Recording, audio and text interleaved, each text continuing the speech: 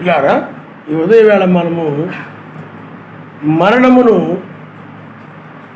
బంధించుచున్న బలిష్ఠుడగు నక్షత్రము అని వర్తమానం మనం నేర్చుకుందాం.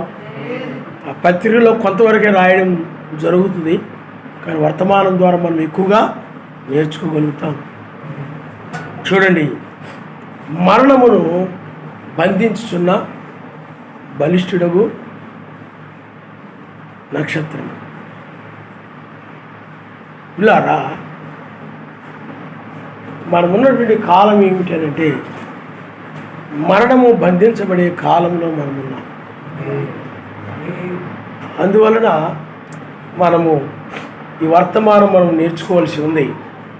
ప్రకటన గ్రంథము 20వ అధ్యాయము మొదటి నుండి మనం చదువుకుందాం. మరియు పెద్ద సంఖ్యలను చేతపట్టుకుని అగాధం యొక్క తాళపు చెవి గల ఒక దేవదూత పరలోకం నుండి దిగి వచ్చుట చూచి తిని అతడు ఆది సర్పమును అనగా అపవాదియు సాతానును అను ఆ ఘట సర్పమును పట్టుకుని 1000 సంవత్సరములు వారిని బంధించి అగాధములో పడవేసి ఆ 1000 సంవత్సరములు గడచు వరకు ఇక జనములను మోసపరుచుకుంటున్నట్లు అగాధమును మూసి దానికి ముద్ర వేసిను.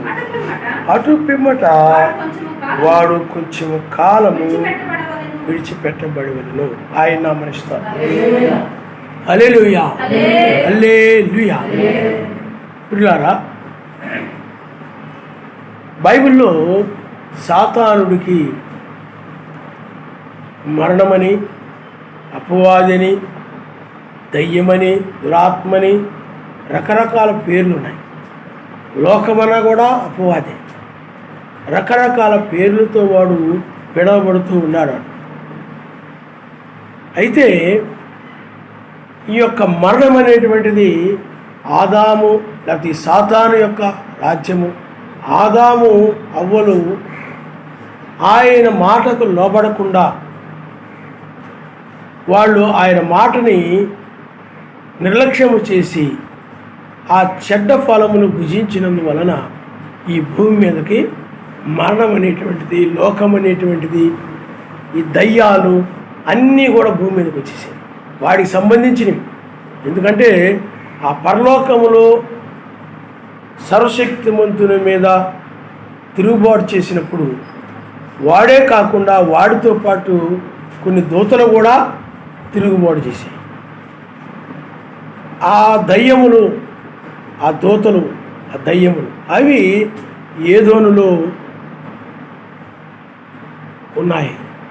అవి అవ్వని, ఆ తర్వాత ఆదాముని ఆ చెడ్డ ఫలమును భుజించినట్లుగా వారి యొక్క మాటల చేత, అనగా సర్పము తన మాటల చేత వారిని లోబరుచుకొని ఆ ఫలమును భుజించినట్లుగా ప్రేరేపించి అవి తినిపించి ఈ ప్రపంచం అంతా కూడా మరణంలోనికి పడిపోవడానికి కారణమయ్యాడు. వాడు అప్పటి నుండి కూడా జయిస్తూ వస్తున్నాడు. రకరకాలుగా తంత్ర కుతంత్రాలు పన్ని వాడు ఆయన యొక్క ప్రజలని ఆత్మీయంగాను అలాగే శారీరకంగా మరణానికి కూడా కారణము వాడే. రోగములు, కష్టాలు, శ్రమలు, ఐక్య విచారాలు, అసూయలు, వేషములు, అల్లరితో కూడిన ఆటపాటలు, ఇవన్నిటికీ కూడా కారణం వాడే. ఈ ప్రపంచం అంతా కూడా ఈనాడు చెడిపోవడానికి కారణము సాతానుడి. అందుకనే ఇవి సర్వశక్తిమంతుడి వల్ల కాదు కష్టాలు, శ్రమలు, బాధలు. చాలామంది ఆయన్ని తిడతా ఉంటారు, మాకు అన్యాయం చేశాడు, ఆయన అలా చేశాడు, ఇలా చేశాడు, అందరినేమో అలాగా ధనవంతులు వారు బాగా జీవిస్తున్నారు, మాకేమి ఎన్ని కష్టాలు, శ్రమలు అని ప్రపంచంలో చాలామంది బాధపడుతూ ఉంటారు. ఆ విధంగానే ఒక ఆయన ఏం చేశాడంటే ప్రపంచంలో అనేక కష్టాలకు, అనేక సమస్యలకు కారణము దేవుడు అని అనుకుని కోర్టులో కేసేసారు. అప్పుడు కోర్టు వాళ్ళు ఏం చెప్పారంటే, దేవుడు అడ్రస్ ఎక్కడుందో మాకు చెప్తే మేము తీసుకొచ్చి సాధిస్తాం, కానీ అడ్రస్ చెప్పమన్నారు. అడ్రస్ చెప్పగలడా? చెప్పలేడు. కాబట్టి ఇవన్నీ కూడా ఏంటంటే సాతానుడి వలన వచ్చాయి. సర్వశక్తిమంతుడు కూడా రోధించాడు. ఆదాము అవ్వ ఆ ఫలము భుజించినప్పుడు ప్రపంచం అంతా కూడా, ఈ భూమి అంతా కూడా, ప్రకృతి అంతా కూడా సాతానుడి యొక్క చేతిలోకి వెళ్ళిపోయింది. అయితే సర్వశక్తిమంతుడు ఏం చేశాడనంటే, అవి హక్కుపత్రాలని ఉంటాయి, భూమికి సంబంధించిన హక్కుపత్రాలు సాతానుడి చేతిలో పడకుండా అవి సర్వశక్తిమంతుడు తన చేతిలో ఉంచుకున్నాడు. ఆయన నమ్మరిస్తాడు. హల్లెలూయా. అవి విమోచన హక్కుపత్రాలు అంటారు వాటిని, విమోచన హక్కుపత్రాలు. అవి దుష్టుడి చేతిలో పడకుండా, అపవాది చేతిలో పడకుండా ఆయన ఏం చేశాడనంటే పైకి తీసుకుని వెళ్ళాడు. అవి ఆయన చేతిలో ఉన్నాయి. అది విమోచన గ్రంథం అంటే 7 ముద్రల యొక్క గ్రంథం. కాబట్టి ఆయన ఆ విధంగా మరణము, దుఃఖము, విచారము రకరకాలుగా ఉన్నటువంటి ఈ ప్రపంచంలో ప్రజలు పాపంలో కొట్టుకుని పోతూ ఉన్నప్పుడు హక్కుపత్రములు ఆయన చేతిలో పట్టుకుని ఆయన ఏం చేశాడండి, ఏడ్చాడు. రక్షణ లేదు, అందరూ నరకానికి వెళ్ళిపోతున్నారు పాపంలో పడి. ఎందుకంటే భూమి సాతాను చేతిలో పడిపోయింది, దుష్టుడి చేతిలో ఉంది భూమి అంతా కూడా. అందుకని ఆయన ఏడ్చాడు. అప్పుడు ఆయన ఏం చేశాడనంటే, ఆ సర్వశక్తిమంతుడు ఆయనే శరీరధారిగా భూమి మీదకి వచ్చి మానవాళ్ళని విమోచించాలని, రక్షించాలని ఆయన తను తానుగా మన కోసం ఆయన ఏం చేశాడు చెప్పండి? కలవరి శిలువలో రక్తమును ఆయన చిందించాడు. ఆయన భూమి మీదకి వచ్చి రక్తమును చిందించాడు. ఆ రక్తమును చిందించిన తరువాత మనము ఆయన నామమును బాప్తిజం పొందాం, ఆ నామాన్ని ధరించుకున్నాం, పరిశుద్ధాత్మ కలిగి మనము జీవిస్తూ ఉన్నాం. ఆయన నామమున హల్లెలూయా. 2000 సంవత్సరాల నుండి కూడా జరుగుతూ ఉంది. చాలామంది నీతిమంతులు ఆ యొక్క నామములో బాప్తిజం పొంది పరిశుద్ధాత్మ కలిగి నీతిగా జీవించి, పరిశుద్ధంగా జీవించి వాళ్ళు మరణించారు. మనకు ఒక రాజ్యం ఉందని వాళ్ళు మరణించారు. అయితే బైబిల్ వాక్యం స్పష్టంగా చెప్తా ఉంది, రెండవసారి ఆయన వచ్చినప్పుడు కడబోరం రోగుతాదని. ఆ కడబోరం రోగినప్పుడు క్షయమైనది అక్షయమైనది గాను, మర్చ్యమైనది అమర్చ్యమైనది గాను మారుతుందని, విజయమందు మరణము మృంగివేయబడదని వాక్యం చెప్తుంది. ఆయన హల్లెలూయా, హల్లెలూయా. విజయమందు మరణము మృంగివేయబడుతుందని వాక్యం చెప్తా ఉంది. కాబట్టి ఆ యొక్క వాక్యమును బట్టి రెండవ రాకడలో ఆయన వస్తాడు. ఆ బోరం మోగుతుంది. ప్రధాన దూత శబ్దము అంటే ప్రధాన దూత శబ్దము, ఆ బోర మ్రోగినప్పుడు అంటే ఆ ప్రధాన దూత శబ్దాన్ని బట్టి మృతులమైనటువంటి మనము తిరిగి లెగుస్తాము, మధ్యాకాశం ఆయన కలుసుకుంటామని గొప్ప విశ్వాసముతో నమ్మి వాళ్ళు మృతి నొందారు. సజీవులు కూడా మనకు ఒక పునరుద్ధానం ఉంది. ఇది కాదు శాశ్వతమైంది, అమర్త్యమైనది ఒకటి ఉందని. ఎందుకంటే ఈ లోకంలో మనుషులు మనం చూసినట్లయితే అమర్త్యమైన దాని గురించి ఆలోచించేవాళ్ళు లేరు ఈ రోజులు. దాన్ని పొందుకోవాలనే ఆపేక్ష కలిగిన వారు కూడా లేరు. అయితే ఆయన వధువు ఉన్నది, ఆయన ప్రజలు ఉన్నారు కొద్దిమంది, వారు అమర్త్యమైన దానికోసము ఆశించి ఉన్నవారు. ఆయన మనిషి హల్లెలూయా, హల్లెలూయా.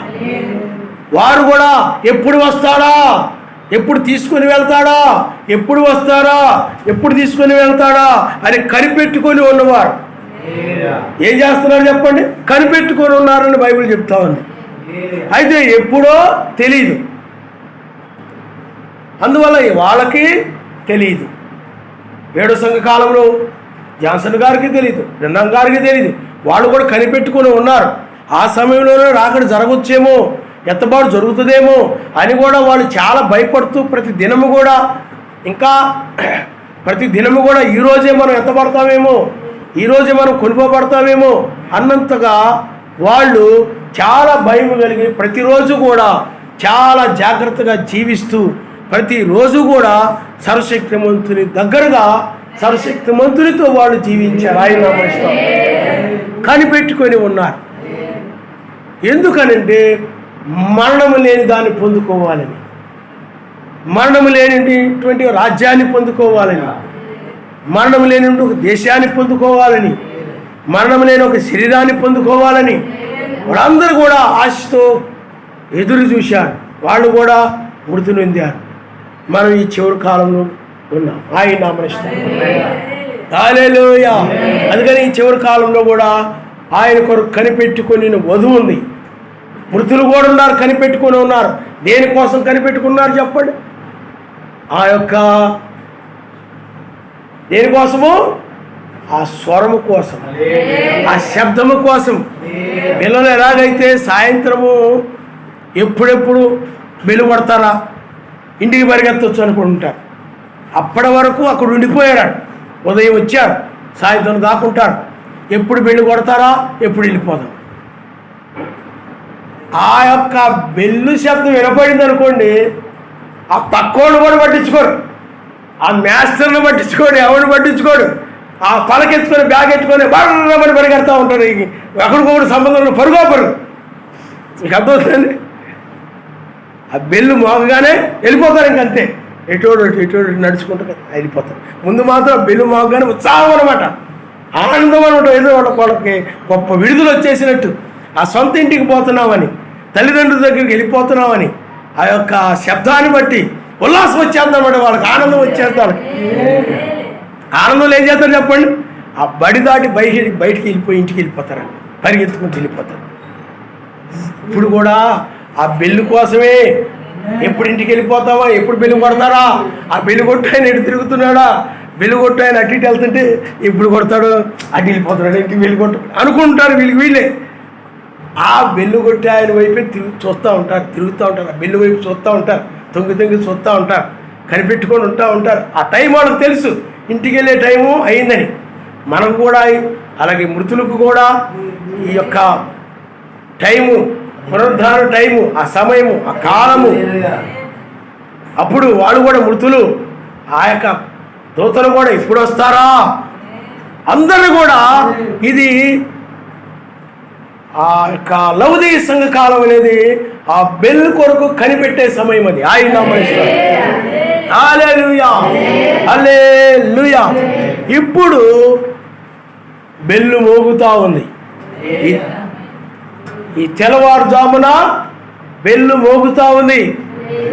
ఈ బెల్లు మోగుతా ఉండగానే వాళ్ళు ఆ స్కూల్ అనేటువంటి ఆ బంధకానాల నుండి వాళ్ళు బయటకు వచ్చిన రీతి కానీ, పరిగెత్తిన రీతి కానీ, మనము కూడా అలాగే మృతులు కూడా మరణం యొక్క బంధకముల నుండి, ఈ లోకం యొక్క బంధకముల నుండి, వాటన్నిటి నుండి కూడా తెంచబడి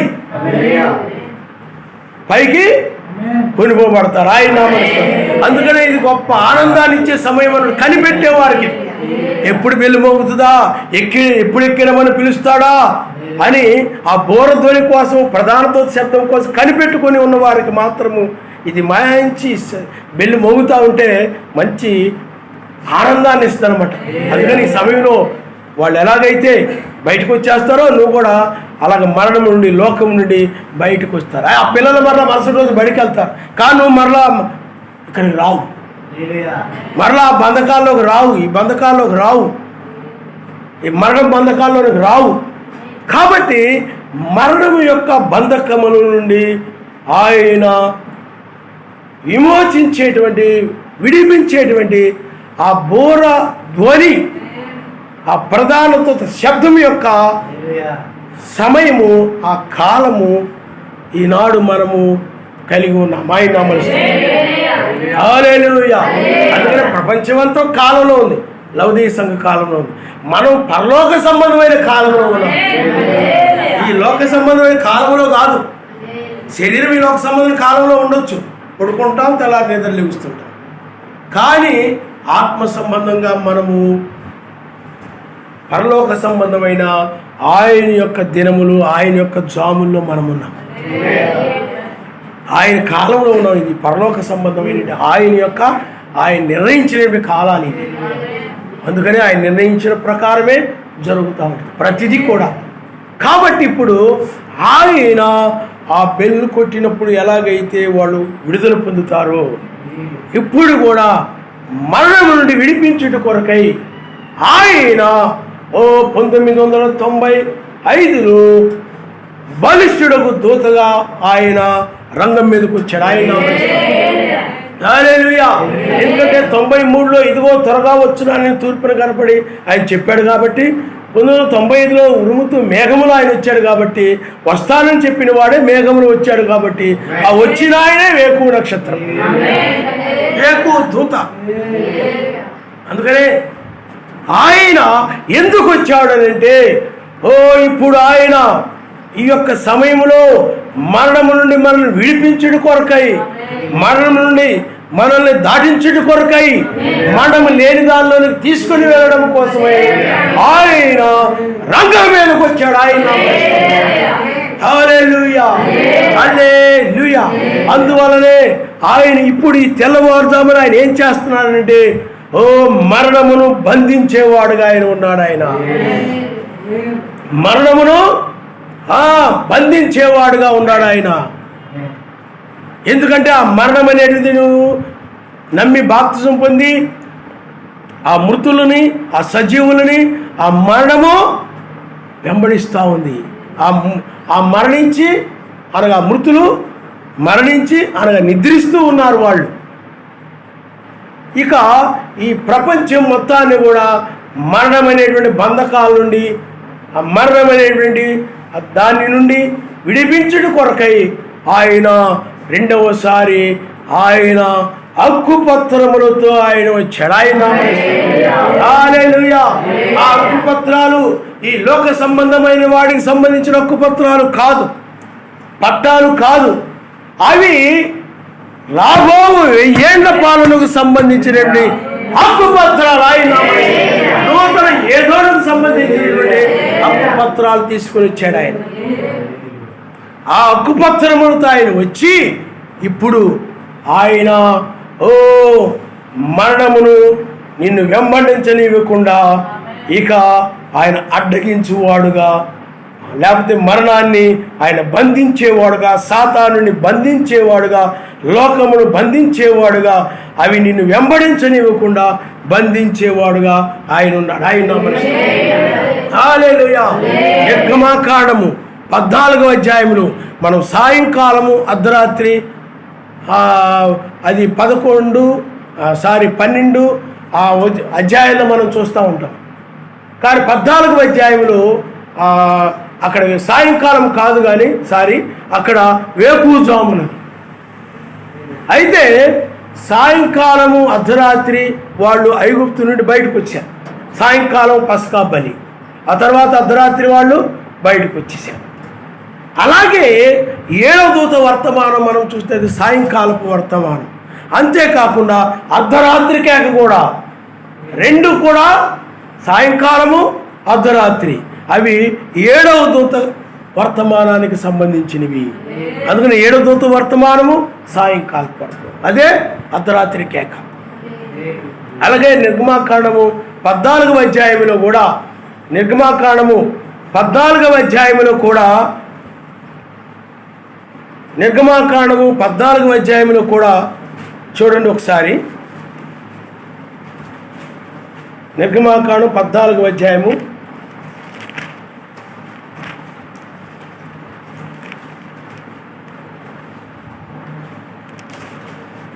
చూడండమ్మా. 24 వచ్చినాన్ని, లేకపోతే ఒక్క నిమిషం ఆగండి అమ్మా.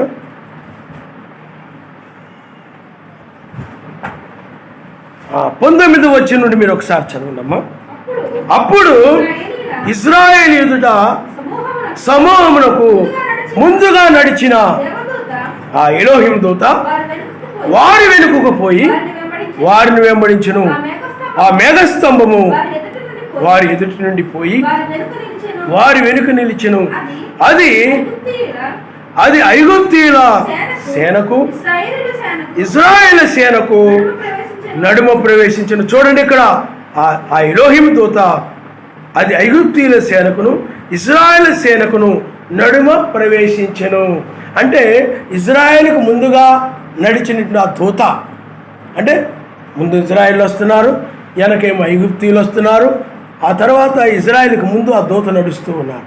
కానీ ఆ యొక్క ఉదయకాలంకు ముందుగా ఏం జరిగిందనంటే ఆ దూత ఇజ్రాయేల్కి ఐగుప్తులకి నడుమ ప్రవేశించాడు. ముందు ఉన్నటువంటి ఆయన మధ్యలో ప్రవేశించాడు. ఆయన మన స్తోత్రం. ఆ తర్వాత చదవండమ్మా. అది మేఘము కనుక వారికి చీకటి కలిగెను, గాని రాత్రి అది వీరికి వెలుగిచ్చెను కనుక ఆ రాత్రి అంతయు ఐగుప్తీయుల సేన ఇశ్రాయేలును సమీపింపలేదు. మోషే సముద్రం వైపు తన చేయి చాపగా యావే ఆ రాత్రి అంతయు బలమైన తూర్పు గాలి చేత సముద్రమును తొలగించి దానిని ఆరిన నేలగా చేసెను. నీళ్లు విజింపబడగా ఇశ్రాయేలు సముద్రము మధ్యను ఆరిన నేల మీద నడిచిపోయి ఆ నీళ్లు వారి ఎడమ ప్రక్కలను వారికి గోడవలే ఉండెను. ఐగుప్తీయులను కోరో గుర్రములను రథములను రౌతులను వారిని తరిమి సముద్ర మధ్యమున చేరిరి. అయితే చూడండి, వేకువజామున యావే ఆ అగ్నిమేఘమైన స్తంభము నుండి ఐగుప్తీయుల దండు వైపు చూచి ఐగుప్తీయుల దండును కలవరపరిచి వారి రథచక్రములు ఊడిపడినట్లు చేయగా వారు బహు కష్టపడి తోలుచుండరి. అప్పుడు ఐగుప్తీయులు ఇశ్రాయేలు ఎదుటి నుండి పారిపోతూ రండి, యావే వారి పక్షును మనతో యుద్ధము చేయించున్నాడని చెప్పుకుంది. చాలా హల్లెలూయా. ఇప్పుడు ఐగుప్తీయులు అంటే ఎవరు? మరణానికి సాదృశ్యంగా ఉంది, లోకానికి సాదృశ్యంగా ఉంది, ఈ శరీరానికి సాదృశ్యంగా ఉంది. ఆ ఐగుప్తు యొక్క సైన్యము వస్తూ ఉన్నారు. అంటే ఇజ్రాయేలు ఐగుప్తు నుండి బయటకు వచ్చినప్పటికీ వారి లోకం వెంబడిస్తూనే ఉంది, మరణం వెంబడిస్తూనే ఉంది, శరీరం వెంబడిస్తూనే ఉంది. కానీ ఈ తెల్లవారుజామ సమయంలో ఆయన ఏం చేశాడనంటే, పిల్లారా, ఇజ్రాయేలుకి ఐగుప్తీయులకు నడుమ నిలిచి ఆయన తన కార్యములు లేక తన యుద్ధాన్ని ఆరంభించాడు. ఆయన హల్లెలూయా, హల్లెలూయా. అంటే మరణాన్ని, అంటే ఐగుప్తు సైన్యముని ఇంకా ఆయన బంధించాడు, ఆఫ్ చేశాడు, ఇంకా వెళ్ళనివ్వకుండా, అంటే ఇజ్రాయెల్ని వెంబడించనివ్వకుండా ఆఫ్ చేశాడు. అంతవరకు వాడు వెంబడిస్తూనే వచ్చారు, ఆఫ్ చేశాడు ఆయన. ఇంకా ఇజ్రాయెల్ని వెంబడిస్తున్న ఐగుప్తు సైన్యం ఏమైపోయింది చెప్పండి? ఆగిపోయింది. అప్పుడు ఇజ్రాయేలీలు సంతోషముగా వాళ్ళు ఆ యొక్క ఎర్ర సముద్రాన్ని దాటి వెళ్ళిపోయారు. ఆయన నామరిస్తాం. హల్లెలూయా. ఐగుప్తీయులను ఆయన దూత, ఆయనే మేఘములో ఉన్నాడు, ఆయన నామరిస్తాం. ఆ దూత యుద్ధ రంగంలోకి వచ్చాడు, ఆయన యుద్ధము చేయడానికి వచ్చాడు ఆయన. అందుకని ఆయన ఏం చేశాడు? ముందు ఇజ్రాయేలుని వీళ్ళు లాక్కొని వెళ్లకుండా ఉండడం కోసము అక్కడ ఐగుప్తు నుండి ఇజ్రాయేల్ని విడిపించడం కోసము ఐగుప్తులకి ఇజ్రాయేల్కి మధ్య ఆయన ప్రవేశించి ఐగుప్తుల్ని బంధించేశాడు. వాళ్ళు రాలేకపోతున్నారు. మీకు అర్థమైందా? అంటే వాళ్ళు మరణం నుండి దూరం అయిపోయారు. ఇంకో విధంగా చెప్పాలంటే విజయమందు మరణము మృంగివేయబడింది. అంటే అక్కడ వాళ్ళు బంధించబడ్డారు, వీళ్ళు విజయముతో వెళ్ళారు. మరణం బంధించబడింది, వీళ్ళు విజయముతో వెళ్ళారు. ఆయన హల్లెలూయా. ఆ తర్వాత వాళ్ళు ఎర్ర సముద్రం దాటి వెళ్ళిన తర్వాత అప్పుడు ఐగుప్తు సైన్యము ఎర్ర సముద్రం మధ్యకు వచ్చారు. అప్పుడు వదిలేడు ఆయన. ఎర్ర సముద్రం మధ్యలోకి వచ్చారు. అప్పుడు ఎర్ర సముద్రం మరలా కలిసిపోయింది, ఐగుప్తు సైన్యము నశించారు. ఆయన హల్లెలూయా. అక్కడ పూర్తిగా ఐగుప్తు సైన్యము బంధించబడింది, ఇక శాశ్వతంగా బంధించబడింది. ఇంక అన్నడు కూడా ఐగుప్తు సైన్యాన్ని మళ్ళా ఇజ్రాయెల్ చూడకుండా ఐగుప్తు సైన్యము బంధించబడింది. సూర్యోదయం జరిగింది, వేకువజామున అపవాది లేకపోతే మరణము, ఐగుప్తు సైన్యము, లోకాశలు లేకపోతే ఆ యొక్క ఐగుప్తు అవన్నీ లోకంలో లాక్కెళ్ళేవి. ఈ లోకంలో కనబడేవన్నీ కూడా ఏమిటి చెప్పండి, ఈ లోకంలో లాక్కెళ్ళేవి. అందుకనే అక్కడ మీరు గమనించండి, మంచి చెడులు తెలివినిచ్చు వృక్షము ఐగుప్తు సైన్యం, జీవవృక్షము మెస్సయ్య, సంఘము ఆదామవ్వల వలె ఉన్నారు. అదొక ఏదోను వలె ఉంది. ఇప్పుడు కూడా మనం ఒక ఏదోనులో మనం జీవిస్తున్నాం. ఈ ప్రపంచమే గొప్ప ఏదోను. సర్పం ఉంది, మంచి చెడులు తెలివినిచ్చు వృక్షం ఉంది, అదే లోకము. అలాగే వధువు కూడా ఉంది. మీకు అర్థమవుతుందండి? ఇప్పుడు ఆ మరణము నుండి ఆయన తెంచివేయుట కొరకై ఆ యొక్క ఇజ్రాయేల్ మధ్య ఆయన నిలిచాడు. ఇవన్నీ కూడా మనకు ఛాయిగా ఉన్నాయి. ఆయన నామమున హల్లెలూయా. అదే విధంగా ఆయనే ఆ నిర్గమాకాండం 14వ అధ్యాయంలో ఉన్న ఆ దూత ఎవరు చెప్పండి? బలిష్ఠుడొక దూత. బలిష్ఠుడొక దూత మేఘముతో ఉన్నాడు. ఆయన మేఘాన్ని ముసుగ్గా వేసుకొని ఉన్నాడు. ఆయన మీరు గమనించండి, ఆయన ముసుగులో వస్తాడు, ముసుగు మారుస్తాడు. ఆయన ముసుగు మారుస్తాడు. ఆయన మీరు గమనించండి, మేఘాన్ని ముసుగుగా వేసుకొని ఆ మోషే కాలంలో వచ్చాడు. అలాగే యోగు కాలంలో ఆయన ఆ యొక్క సుడిగాలిని ముసుగ్గా వేసుకున్నాడు. ఆయన ఏలియాని ముసుగ్గా వేసుకున్నాడు. ఆయన మోషే ఆ శరీరాన్ని ముసుగ్గా వేసుకున్నాడు. ఆయన అలాగే యోహాను ఆ శరీరాన్ని ముసుగ్గా వేసుకున్నాడు. ఆయన మొదటి రాకడలో కూడా ఆ శరీరాన్ని ముసుగ్గా వేసుకుంటున్నాడు. కానీ లోపల ఎవరున్నాడు చెప్పండి? సర్వశక్తిమంతుడు. రక్త మాంసం కలిగిన శరీరంలో ఉన్నాడు కానీ ఆయన సర్వశక్తిమంతుడు. అలాగే మేఘాన్ని ముసుగ్గా వేసుకొని మేఘంలో ఉన్నాడు కానీ స్వరం పడుతుంది, కానీ మేఘాన్ని ముసుగ్గా ధరించుకున్నాడు ఆయన. అలాగే 7 సంఘకాలంలో కూడా ఎప్పుడు కూడా ఆయన ఒక ముసుగును వేసుకుని ఆయన మాట్లాడతాడు. ఎందుకంటే ఆయన ఎవరు చూడలేరు కాబట్టి. మీకు అర్థమవుతుందండి? ఒక ముసుగులో ఇప్పుడు కూడా ఈ శరీరం అనే ముసుగు మాట్లాడతాడు. నీలో కూడా ఆయన ఉన్నాడు. ఈ శరీరం అనే ముసుగు అది వధువు శరీరం. పరిశుద్ధాత్మ యొక్క ముసుగు నీవే. కాబట్టి పిల్లారా, ఆయన ముసుగులో ఆ ముసుగును మారుస్తూ వస్తాడు. ఆయన యోహానులో ఆ శరీరాన్ని ముసుగుగా ధరించుకున్నాడు. తర్వాత మరలా ఆయన ముసుగు మార్చుకున్నాడు. మరలా మెస్సీ అనే శరీరంలోకి వచ్చాడు. ఆయన పరిపూర్ణమైన మానవుడు. ఆయన అందుకనే పరిశుద్ధాత్మ ఆయా కాలంలో కొద్ది కొద్దిగా ఇవ్వబడింది. కానీ ఆ తర్వాత మెస్సీ దగ్గరకు వచ్చేటప్పుడు పరిపూర్ణమైనటువంటి పరిశుద్ధాత్మ, ఆయన పరిపూర్ణమైన మానవుడు. అందుకని పరిశుద్ధాత్మ అనగా ఎవరు? తండ్రి ఆత్మ కనుక అన్నది బైబిల్. అందుకనే నన్ను చూసిన వాడు తండ్రిని చూసినట్టు. తండ్రి యందు నేను, నా యందు తండ్రి ఏకమై ఉన్నావని చెప్పాడు ఆయన.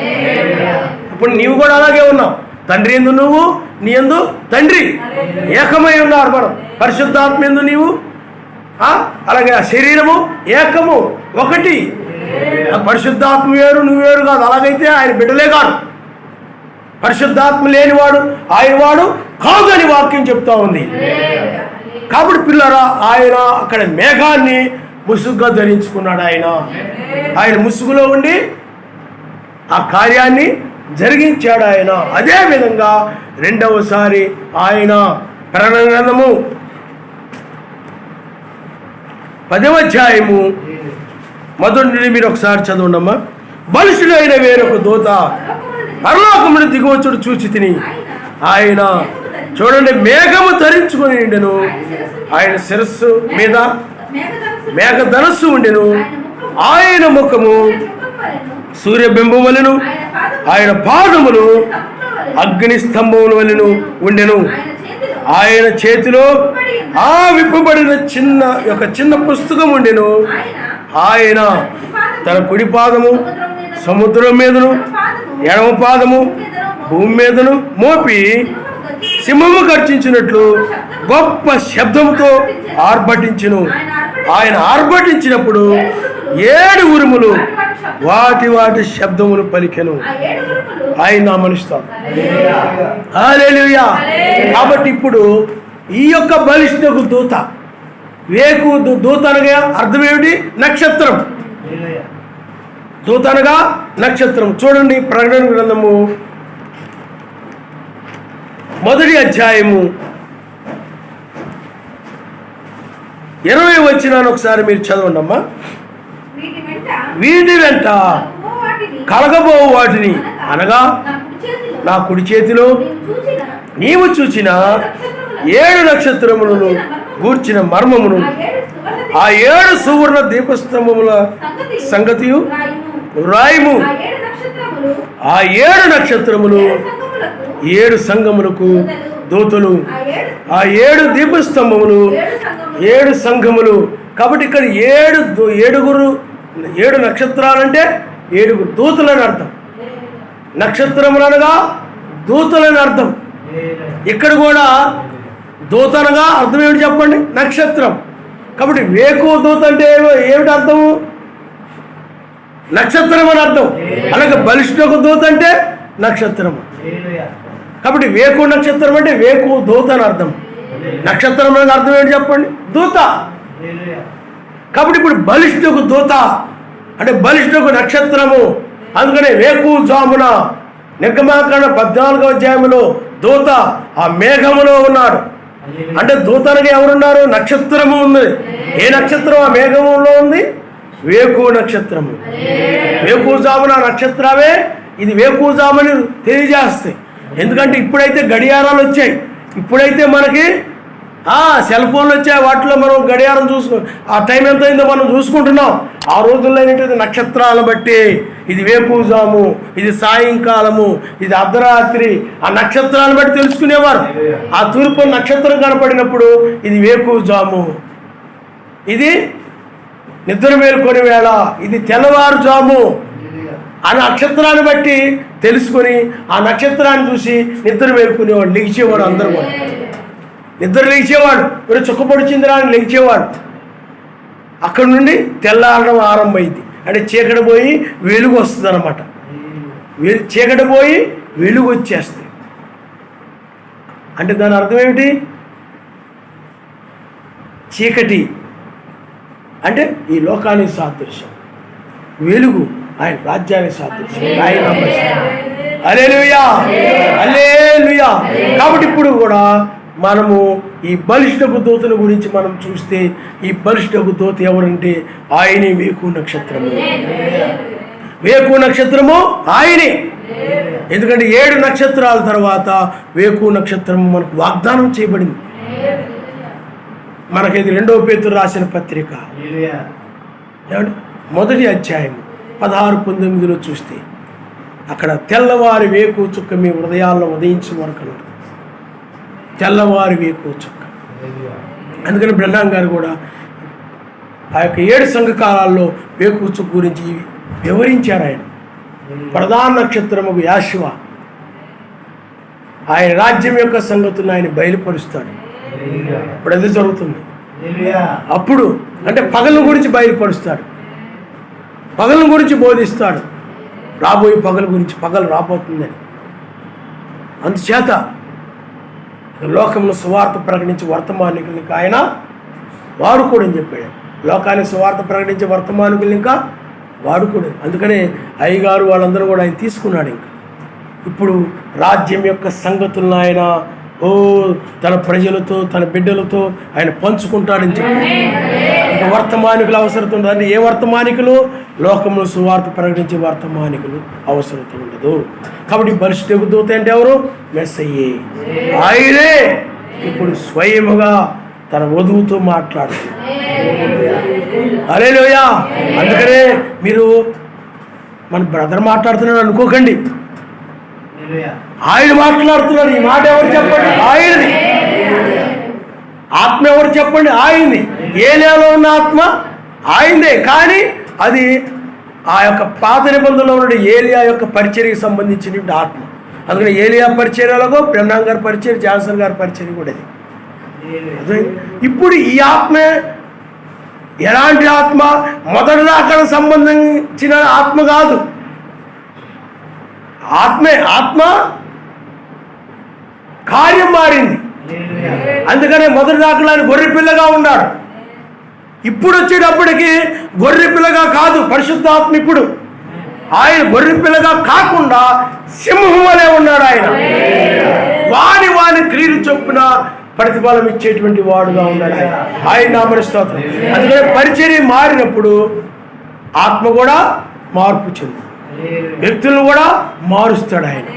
కాబట్టి అందుకనే ఇప్పుడు ఏ ఆత్మ సర్వశక్తిమంతుడు ఇప్పుడు ఏ ఆత్మగా ఉన్నాడు ఆయన? నోహు కాలంలో, లోతు కాలంలో వాని క్రియలను బట్టి ఎలాగైతే ప్రతిఫలం ఇచ్చాడో అలాంటి పరిశుద్ధాత్మగా ఇప్పుడు ఆయన. హల్లెలూయా. అందుకని చాలా మంది అనుకుంటారు అప్పుడు మెస్సీ ఎలా ఉన్నాడు కదా, లేకపోతే ఏలియా ఎలా బోధించాడు కదా, బ్రహ్నాం గారు అలా చెప్పారు కదా, ఇలా చెప్పారు కదా అంటుంటారు. ఇంకా వర్తమానంలో ఉండి కానీ ఆ యొక్క ఆత్మ కార్యం మారిందని, ఆయన కార్యం మారిందని విషయం తెలియక వాళ్ళు ఆ కోణంలోనే ఆలోచిస్తూ ఉంటారు. మీకు అర్థమవుతుందండి? ఆ గొర్రెపిల్ల కోణంలోనే మాట్లాడుతూ ఉంటారు. కానీ ఇప్పుడు ఆయన అయినట్లయితే యోధాగోత్రుడు సింహముగా ఆయన ముఖము సూర్యుని వలె ప్రకాశిస్తూ ఉంది. అందుకనే ఆయన 8వ దినములో తెల్లవారుజామున మరలా 3వ దినములంటే ఆయన ఎవరు చెప్పండి? వేకు నక్షత్రమే. రెండవసారి ఎప్పుడు వస్తున్నాడు ఆయన? రెండవ రాకడ ఎప్పుడు జరుగుతున్నది బైబిల్లో? దినము, జాము, గడియలు, సూర్యోదయం జరుగుతుంది లేదు బైబిల్లో. కాబట్టి ఇప్పుడు ఈ బలిష్ఠకు దూత 8వ దినములో తెల్లవారుజామున 3వ గడియలో వచ్చాడు. ఆయన నామమున హల్లెలూయా. ఎందుకు వచ్చాడు చెప్పండి? లోకమును సువార్త ప్రకటించడానికి కాదు. లోకానికి సువార్త ప్రకటించడానికంటే పాపులకు సువార్త ప్రకటించడానికి కాదు, కానీ మతశాఖ సంఘాలకు సువార్త ప్రకటించడానికి కాదు, కానీ గొర్రెపిల్ల జీవ గ్రంథంలో ఎవరి పేర్లు అయితే రాయబడ్డాయో వాళ్ళు మృతులుగాను సజీవులుగాను ఉన్నారు. వాళ్ళని మరణం నుండి విడిపించడం కొరకై ఆయన. అందుకనే బుర్ర ధ్వనితోను ప్రధాన దూత శబ్దంతో ఆయన వచ్చాడు. ఆయన హల్లెలూయా, హల్లెలూయా. ఇప్పుడు ఆయన రంగం మీదకి వచ్చి ఆయన ఏం చేస్తున్నాడు చెప్పండి? ఇప్పుడు ఆయన లోకాన్ని, లోక సంబంధమైన వాటిని నిన్ను వెంబడించనివ్వకుండా, మరణాన్ని నిన్ను వెంబడించనివ్వకుండా, శరీరానుసారమైన మనసే మరణం, అది నిన్ను వెంబడించనివ్వకుండా, లోక సంగతులు నిన్ను వెంబడించనివ్వకుండా అడ్డగిస్తూ ఉన్నాడు, బంధిస్తూ ఉన్నది ఈ వర్తమానం. ఆయన నీ దగ్గరికి రానివ్వకుండా,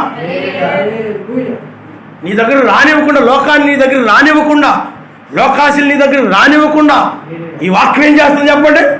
బంధిస్తూ ఉంది. నీ దగ్గర రానివ్వకుండా లోకాన్ని విడిచిపెట్టిపో, లోకమా వదిలిపో ఈ బిడ్డల్ని, లోకాశిలా ఈ బిడ్డలను వదిలిపో. ఈ వర్తమానం లోబడు ద్వారా లోకం నిన్ను విడిచిపెట్టి వెళ్ళిపోతా. ఆయన హల్లెలూయా. అందుకని ఈ వాక్యం ఏం చేస్తుందనంటే లోకాన్ని, చీకటిని బంధించి వేస్తాం. మీ దగ్గరికి రానివ్వండి. ఇజ్రాయెల్ దగ్గరికి ఐగుప్తీయులు రాకుండా ఎలాగైతే ఆయన బంధించేవాడుగా ఉన్నాడు, ఇప్పుడు కూడా ఆయన లోక సంబంధమైన నీ దగ్గరికి రానివ్వకుండా లోకాన్ని ఆయన బంధించేవాడుగా ఉన్నాడు. అందుకనే ఈ వాక్యం వినిన తర్వాత పరిశుద్ధాత్మ గనక, వేకు నక్షత్ర వర్తమానం గనక నీలో ఉన్నట్లయితే ఆ యొక్క లోకం అనేది అది నీ దగ్గరికి రాకుండా బంధించబడుతుంది. ఇప్పుడు నువ్వు ఇంత అందుకనే చూడండి, బ్రహ్నాం గారి వర్తమానం సాయంకాలం అర్ధరాత్రి ఆయన నామంలో బాప్తిజం పొందారు 7వ దూత వర్తమానం ద్వారా. కానీ లోకం వాళ్ళు వెంబడిస్తానే ఉంది. కానీ ఇప్పుడు వచ్చేటప్పటికి ఏం జరుగుతుంది చెప్పండి? ఇక వెంబడించడం ఆగిపోదు. ఇప్పుడు నీవు ఉన్నావు అనుకోండి, ఇంతకుముందు నీకు ఒక అసూయ ఉండేది, లేకపోతే లోకాసులు ఉండేవి, ధనాపేక్షలు ఉండేవి. అవి నిన్ను వెంబడిస్తూ ఉండేవి, నిన్ను వేధిస్తూ ఉంటాయి, నీకు ఆ విచారాలు నీలో కలుగుతూ ఉంటాయి అవన్నీ కూడా. కానీ ఎప్పుడైతే ఈ వర్తమానం దగ్గరకు వచ్చేస్తామో అప్పుడు లోకాశలు, ఆ ధనాపేక్షలని ఏమవుతుంటే ఈ దూత అనగా పరిశుద్ధాత్మ బంధించి వేస్తాడు. ఇంకా అది ఎప్పటికీ నీ దగ్గర రాదుగా, అంతగా బంధిస్తాడనమాట. ఆయన ఏర్పాట్లో ఉన్నవాడు. నాకు అలాగే వస్తున్నాయండి అయినా కానీ వచ్చేస్తున్నాయండి అంటే నువ్వు ఆయన ఏర్పాట్లో లేవేమో. ఆయన ఏర్పాట్లో ఉన్నట్లయితే అలాంటివన్నీ నీ దగ్గర రానికుండా ఏం చేస్తున్నాడు చెప్పండి? బంధించి వేస్తున్నాడు. ఈ వర్తమానానికి నువ్వు ఎప్పుడైతే లోపడతావో పరిశుద్ధ ఆత్మ ఏం చేయాలి చెప్పండి? వాడిని బంధించేస్తాడు. నువ్వు ప్రేమ కలిగి ఉండు అన్నాడు అనుకోండి ఆయన, నువ్వు ప్రేమే కలిగి ఉండవు అనుకోండి, అప్పుడు వాడు ఏమైపోతాడు? ఆ అపవాది ఏమైపోతాడు చెప్పండి? ఆ మరణం ఏమైపోతే బంధించబడిపోతుంది. ఇంకా దూత బంధించి, పరిశుద్ధాత్మ బంధించి ఇక నీ దగ్గర రానివ్వదు, అడ్డుగా ఉండేస్తుంది అంతే. ఆ దేశం అనేది నీ దగ్గర రానివ్వకుండా, అసూయ అనేది నీ దగ్గర రానివ్వకుండా, లోకాసులు నీ దగ్గర రాకుండా, అలాంటివి ఏమి కూడా చెడు అనేది నీ దగ్గర రానివ్వకుండా పరిశుద్ధాత్మ బంధించేసినప్పుడు నువ్వు ప్రేమ కలిగే జీవిస్తున్నావు. ప్రేమే అక్కడ ఉంటుంది. అందుకని వాళ్ళ మధ్య ప్రేమే ఉంది. ఇజ్రాయేల్ మధ్య ప్రేమ తప్ప మరి ఏమీ లేదు అక్కడ. ఎందుకంటే మిగతాదంతా కూడా అపవాదికి సంబంధించిందంతా కూడా ఆయన బంధించాడు. అందుకని ఇప్పుడు కూడా ఆయన ఎందుకు వచ్చాడు చెప్పండి? ఎప్పుడైతే ఆ మరణము, లోకాశలు ఇవన్నీ బంధిస్తాడో నీ దగ్గరికి రాకుండా, అప్పుడు నీవు అవేమీ లేకుండా జీవిస్తావు. అందుకని ఇక అసూయ అనేది లోకంలోకి తీసుకెళ్తాం, ద్వేషం అనేది లోకంలో లాక్కెళ్తాం. రాదు కదా, నీ దగ్గరికి రావడానికి అవకాశం లేదు. ఇక్కడ లాక్కెళ్ళడానికి లోకాశలని లాక్కెళ్ళవు. నీ లోకంలో ధనాపేక్ష లోకంలో లాక్కెళ్ళవు, గర్వము లోకంలో లాక్కెళ్ళవు. ఏవి కూడా నీ దగ్గరికి పనిచేయవు, రావు. ప్రేమ తప్ప మరి ఏమీ ఉండదు. ఆయన మనసు. హల్లెలూయా. అందుకని ఇప్పుడు ఆ మరణమును ఆయన అన్ని మరణానికి సాతానుకు సంబంధించినవి. అందుకనే ఇది ఇప్పుడు ప్రస్తుత కాలం ఏంటంటే ఇది 4వ ముద్ర కాలం. ఇది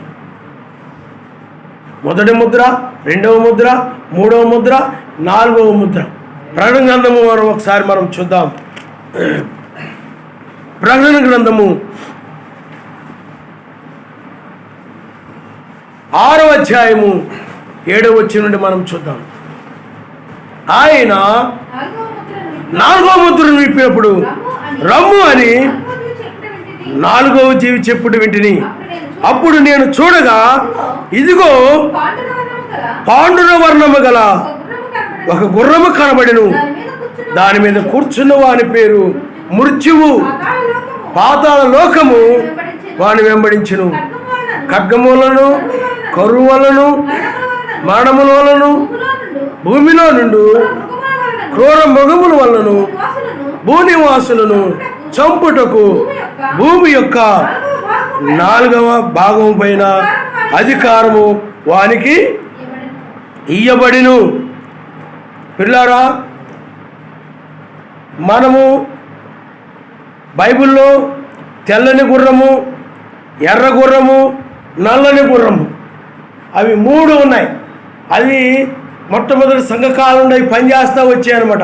అది రోమన్ క్యాథలిక్ ఆత్మకు సంబంధించిన ఆ గుర్రం మీద ఉన్నటువంటిది. అదంతా కూడా వేషధారణతో కూడినటువంటిది. అది ఆ యొక్క దయ్యపు సంబంధమైనది. అది పనిచేస్తూ వచ్చిందనమాట ఒక్కొక్క కాలంలో. అది మొట్టమొదట తెల్లని గుర్రం మీద పనిచేసింది, తర్వాత మళ్ళా ఎర్రని గుర్రాన్ని ఎక్కింది, తర్వాత నల్లని గుర్రం మీద పనిచేసింది. అని చిత్తమైతే దీని గురించి మనం నేర్చుకుందాం. ఆ నల్లని గుర్రం మీద పనిచేసింది. ఇప్పుడు పాండుర వర్ణము. పాండుర వర్ణం అంటే 3 రంగులు కలిసినటువంటిది. 3 రంగులు కలిసినటువంటి వర్ణములు. 3 రంగులు కలిపితే ఏ రంగు వస్తే అదే పాండుర వర్ణం. ఇప్పుడు పాండుర వర్ణం. అందుకని ఈ కాలం ఏంటంటే పాండుర వర్ణము కలిగినటువంటి గుర్రం మీద వాడు పనిచేస్తున్నటువంటి కాలము.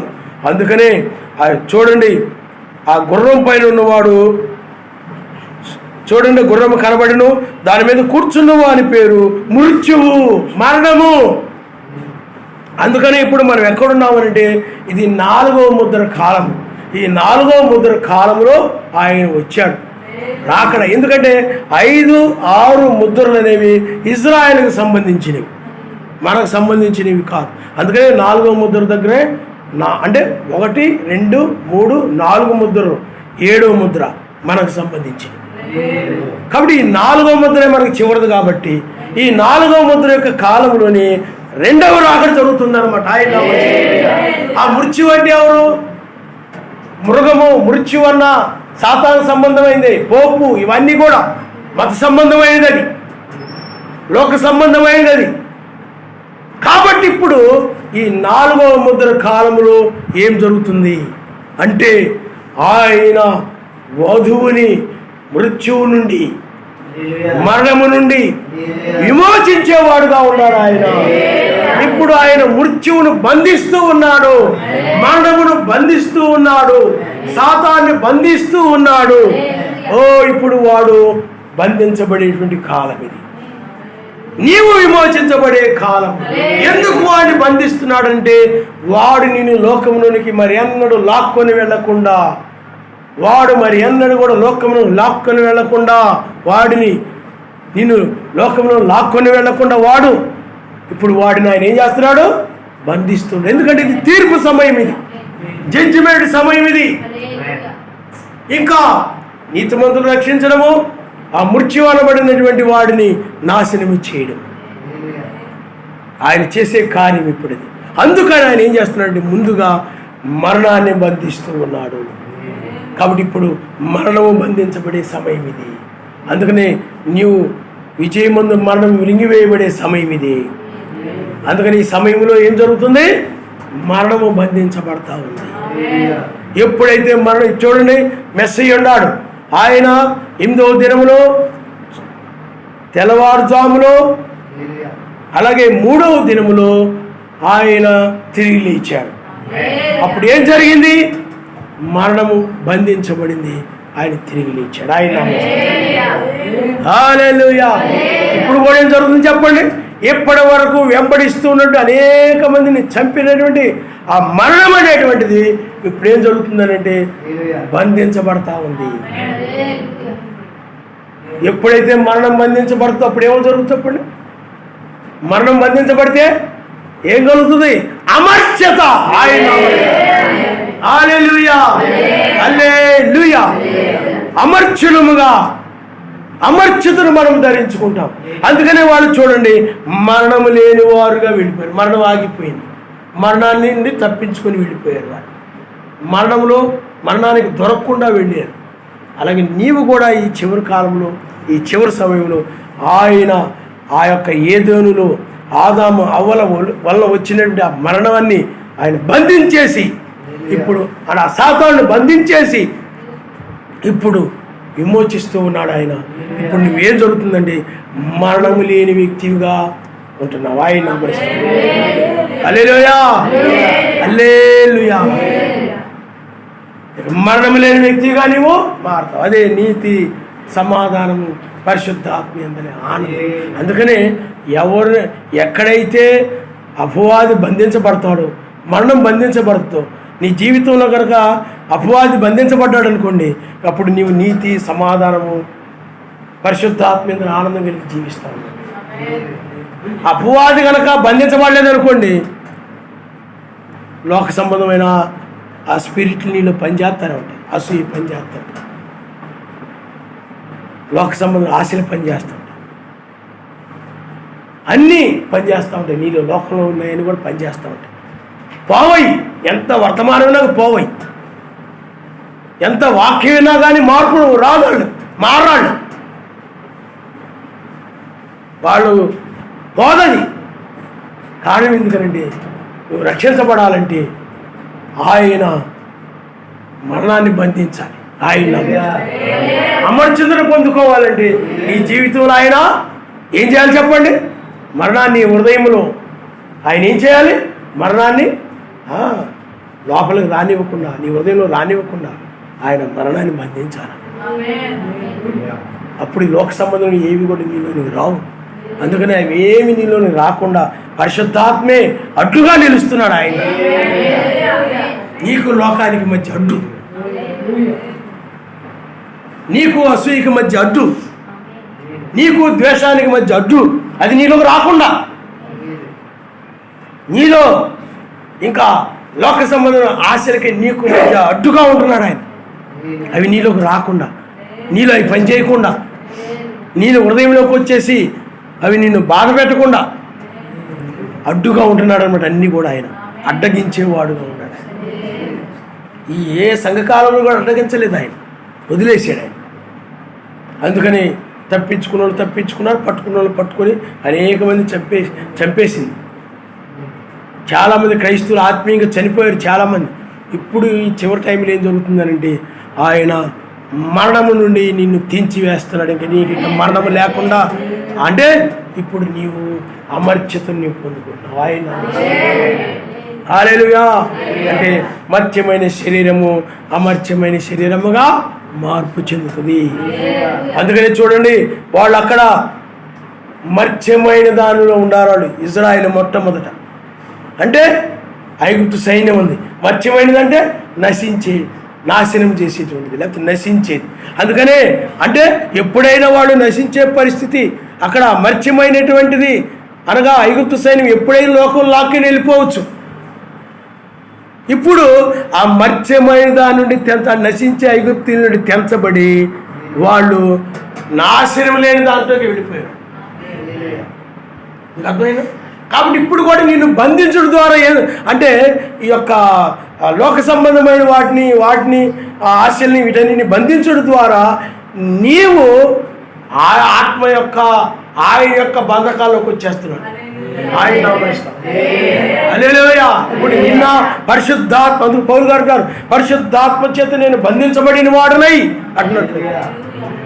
ఇప్పుడు ఆయన ఆత్మచేతను బంధించబడి, మనుషుల చేత కాదు, లోకము చేత కాదు, పరిశుద్ధాత్మ చేత ఇప్పుడు నువ్వు బంధించబడి పైకి కొనుకోబడతావు. పరిశుద్ధాత్మ పైకి తీసుకుని వెళ్తావు.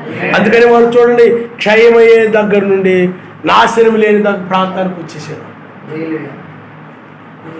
ఎర్ర సముద్రం ఒడ్డుకు వచ్చేసారు. అవతల ఉన్న వాళ్ళు కాస్త యువతలకు వచ్చేసారు. మనము కూడా ఈ లోకంలో ఉన్న వాళ్ళం కాస్త మనము వేరే దేశంలోకి వచ్చేస్తాం, అమర్చితలోకి వచ్చేస్తాం. అందుకనే ఎర్ర సముద్రం అవతలంతా ఐగుప్తు ఆత్మ ఉంది, ఐగుప్తు సైన్యం ఉన్నారు. ఎర్ర సముద్రం యువతలు వాళ్ళు లేరు. మనము కూడా ఇలారా వాళ్ళు ఎలాగైతే ఎర్ర సముద్రము దాటారో, వాళ్ళు ఎలాగైతే ఆ ఎర్ర సముద్రము అంటే ఐగుప్తు సైన్యం ఉన్నటువంటి ప్రాంతాన్ని విడిచి ఐగుప్తు సైన్యం రాలేని ప్రాంతంలోకి వెళ్ళారు వాళ్ళు. అందుకని మీరు చూడండి, వారిని తర్వాత ఆయన ఏం చేశారండి, ఎర్ర సముద్రంలో నాశనం చేశాడు. ఇప్పుడు కూడా అదే జరుగుతుంది. ఇప్పుడు నీ దగ్గర రాకుండా సాతాను ఆయన ఏం చేస్తున్నాడు చెప్పండి, బంధిస్తున్నాడు. వాడి కానీ, వాడి ఆలోచన కానీ, వాడి లక్షణాలు కానీ ఇవన్నీ వాళ్ళ లక్షణాలే.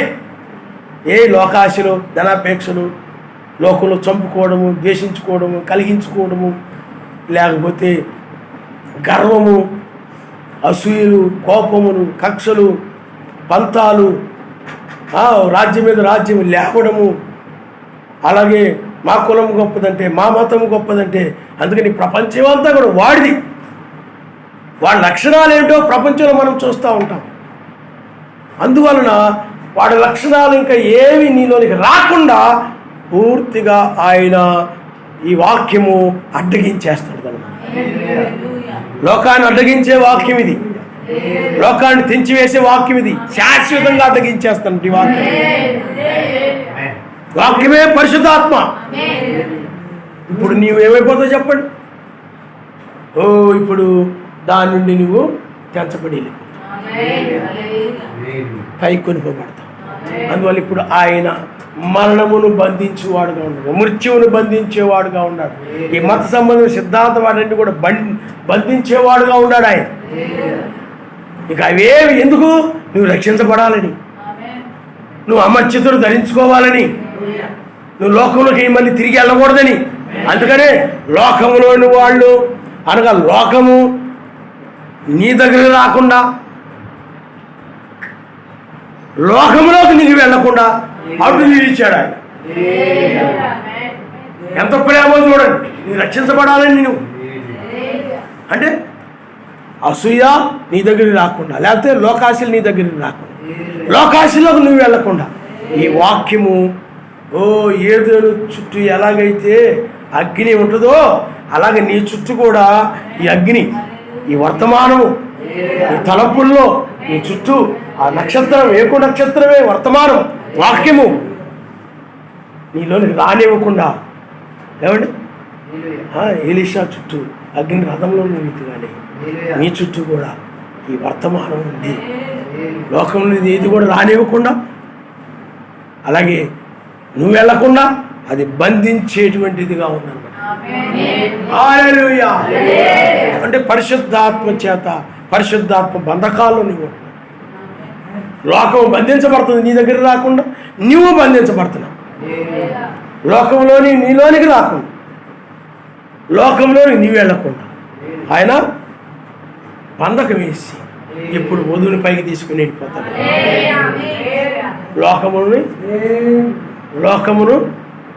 లోకములో ఉన్నటువంటి మనుషులని శ్రమను పోలు చేస్తాడు ఆయన. 3.5 సంవత్సరాలు ఆ శ్రమలు, ఆ శ్రమ కాలం ముగిగానే ఇక భూమి మీద పని చేస్తున్నాడు అపవాది పూర్తిగా బంధించబడతాడు. ఆయన హల్లెలూయా, హల్లెలూయా. ఇక్కడ అపవాది బంధించబడడం ద్వారా నీ జీవితంలో నీతి, సమాధానం, పరిశుద్ధాత్మ ఆనందము గల ప్రేమ రాజ్యము వస్తా ఉంది. ఆయన హల్లెలూయా. అలాగే 3.5 సంవత్సరముల తరువాత అపవాది భూమి మీద బంధించబడడం ద్వారా భూమి మీద నూతన రాజ్యం వస్తుంది. ఆయన హల్లెలూయా. అందుకనే ఇక్కడ బంధిస్తున్నాడు, లోకము నీ దగ్గరికి రాకుండా మరణాన్ని బంధిస్తున్నాడు. ఆశలు నీలో రాకుండా, అవి సాతాను నిన్ను ప్రేరేపించకుండా, దయ్యము నీ దగ్గరికి రాకుండా, లోకాత్మ నీ దగ్గరికి రాకుండా ఆయన బంధిస్తూ ఉన్నాడు. ఆయన ఈ బంధించడం ద్వారా, అప్పుడే అపవాది బంధించడం ద్వారా ఏం జరుగుతుందంటే నువ్వు నీతిమంతుడు అవుతున్నావు. మరి అంటే అసూయ, ద్వేషము, ఇలాంటి చెడ్డ లక్షణాలన్నీ కూడా, చెడ్డతనం అంతా కూడా బంధించబడింది అనుకోండి, అప్పుడు నువ్వు నీతిమంతుడు అవుతావు. నీలో లేనప్పుడు, ఆ చెడుతనం నీలో లేనప్పుడు, ఆ చెడ్డ గుణ లక్షణాలు, ఆ చెడ్డ లక్షణాలు నీలో లేనప్పుడు నువ్వేమవుతావు చెప్పండి? నీతిమంతుడు అవుతావు. సాతానుడిని ఆయన బంధించడం ద్వారా నువ్వు నీతిమంతుడు అవుతున్నావు. ఆ తర్వాత ఏమవుతుంది చెప్పండి? సమాధానం వచ్చేస్తుంది. ఇక్కడ ఇప్పుడు అపవాది బంధించబడ్డాడు అనుకోండి, అప్పుడు చెడ్డ దుర్గుణాలన్నీ కూడా బంధించబడినట్టు నీ దగ్గర రాకుండా అప్పుడు ఏముండదు చెప్పండి? మీ మధ్య సమాజంలో ఏముంటుంది? నీతి ఉంటుంది, సమాధానం ఉంటుంది, పరిశుద్ధాత్మనే ఆనందం ఉంటుంది అపవాది బంధించడం ద్వారా. అయితే ఇప్పుడు ఎక్కడ బంధిస్తున్నాడు? వధువు దగ్గరకు మాత్రమే రాకుండా వాడు బంధించబడుతున్నాడు. ఇప్పుడు మీకు అర్థమవుతుందండి? తర్వాత వాడు మరి ఎత్తబడిపోయిన తర్వాత, యూదులు రక్షించబడిన తర్వాత, రోమా సామ్రాజ్యం కూడా నాశనం చేయబడుతుంది. అప్పుడు అపవాది ఏమవుతాడు చెప్పండి? వాడు 1000 ఏళ్ళు బంధించబడతాడు. అప్పుడు 1000 ఏళ్ళ పాలన వచ్చేస్తాడు. అందుకని అపవాది బంధించబడ్డాడు అనుకోండి, నీ దగ్గర రాకుండా అపవాది బంధించబడ్డాడు అనుకోండి, నీ జీవితంలో పాపం ఉండదు. భూమి మీద కూడా రేపు పాపం ఉండదు. అందుకనే రేపు ప్రపంచంలో వాడు ఉండకుండా బంధించబడతాడు. అందుకని ఇక్కడ చూడండి, ప్రకటన గ్రంథము 20వ అధ్యాయము చూడండి, 2వ వచనం చదువమ్మ.